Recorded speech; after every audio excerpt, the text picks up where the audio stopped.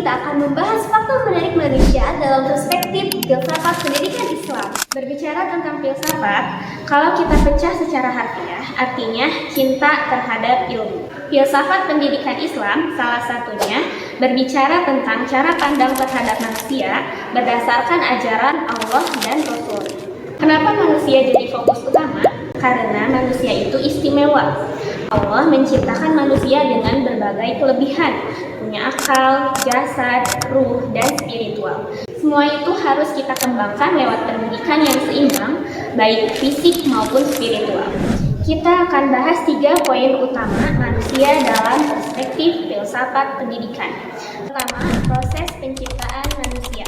Dalam Al-Quran, Allah menciptakan manusia melalui 2 tahap utama, tahap primordial dan tahap biologis.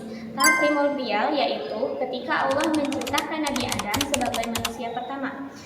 Allah menciptakan Nabi Adam dari tanah yang dibentuk sempurna, kemudian ditiupkan ruh. Tahap kedua, tahap biologis. Dalam Quran Surat Al-Mu'minun ayat 12-14, Allah menciptakan manusia dalam beberapa tahap. Dimulai dari saripati tanah yang menjadi nutfah atau air mani, kemudian menjadi alaqah atau segumpal darah, lalu menjadi mudghah atau segumpal daging, kemudian menjadi tulang belulang yang dibalut dengan daging, hingga akhirnya Allah meniupkan ruh kepada manusia hingga menjadi makhluk yang sempurna. Proses ini menunjukkan gimana Allah menciptakan kita dengan detail yang sempurna. Mulai dari fisik, ruh, semuanya sudah Allah rancang dengan sempurna. Tambahan nih, proses ini juga menjadi pengingat bagi kita bahwa hidup ini punya tujuan yang besar. Bukan hanya untuk diri sendiri, tapi juga untuk sesuatu yang lebih mulia. Tahu nggak sih, kedudukan manusia di dalam Islam? Dalam Islam, manusia memiliki beberapa peran penting. Yang pertama adalah an-nas, manusia sebagai makhluk sosial. Kita sebagai makhluk sosial tidak bisa sendiri-sendiri, melainkan harus bekerja sama, saling tolong-menolong, juga saling mengenal. Di dalam Quran Surat Al-Hujurat ayat 13, Allah berfirman bahwasanya Allah menciptakan manusia bersuku-suku dan berbangsa-bangsa untuk saling mengenal, bukan saling bermusuhan. Yang kedua, abid, manusia sebagai hamba Allah. Tugas kita sebagai hamba Allah yaitu beribadah kepada Allah, bukan hanya beribadah sholat atau mengaji saja, melainkan belajar, bekerja, dan hal-hal yang baik yang diniatkan karena Allah. Yang ketiga, al-bashar, manusia sebagai makhluk biologis. Kita sebagai makhluk jasmani tentunya membutuhkan makan, minum, tidur, dan menjaga kesehatan. Tentunya semua ini harus dibarengi dengan spiritual kita kepada Allah. Yang keempat, manusia sebagai al-insan, yaitu makhluk berakal. Allah menciptakan akal untuk kita adalah untuk belajar, berpikir, dan untuk beribadah kepada Allah, dan itu yang membedakan kita dengan makhluk yang lainnya. Kelima, khalifah.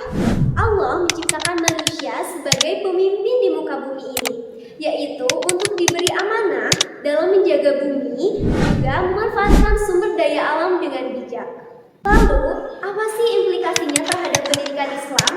Konsep manusia ini sangat penting dan menjadi dasar di dalam pendidikan. Dalam Islam, pendidikan itu bukan hanya tentang transfer ilmu saja, melainkan juga sebagai pembentukan karakter. Tujuannya apa? Yaitu untuk membentuk karakter manusia yang cerdas, berakhlak mulia, juga untuk membentuk manusia yang bermanfaat bagi orang lain dan juga lingkungannya. Selanjutnya, pendidikan Islam juga memperhatikan seluruh aspek manusia. Yang pertama, aspek fisik, seperti olahraga dan menjaga kesehatan. Yang kedua, aspek intelektual, seperti belajar ilmu pengetahuan dan teknologi. Dan yang ketiga, aspek spiritual, yaitu mengembangkan keimanan dan ketakwaan kepada Allah. Pendidikan ini gak cuma untuk dunia, tapi juga untuk bekal di akhirat. Jadi, semua yang kita pelajari itu punya nilai lebih kalau diniatkan dengan benar.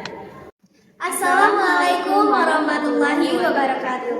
Kami dari kelompok 1, perkenalkan saya Nanti Nabila Azmiyanti. Saya Aji Karisma Ayu dan Muhammad Aziz Saifullah sebagai kameramen juga editor. Video kami tadi merupakan salah satu tugas dari mata kuliah Filsafat Pendidikan yang diampu oleh Ibu Dr. Neis Marpuah, MMPD. Terima kasih Ibu telah mengampu pelajaran ini dan mengajarkan kami selama 1 semester ini. Mudah-mudahan materi yang telah Ibu sampaikan bisa menjadi ilmu yang bermanfaat bagi kami, juga menjadi amal jariah bagi Ibu ke depannya. Amin. Terima kasih. Wassalamualaikum warahmatullahi wabarakatuh.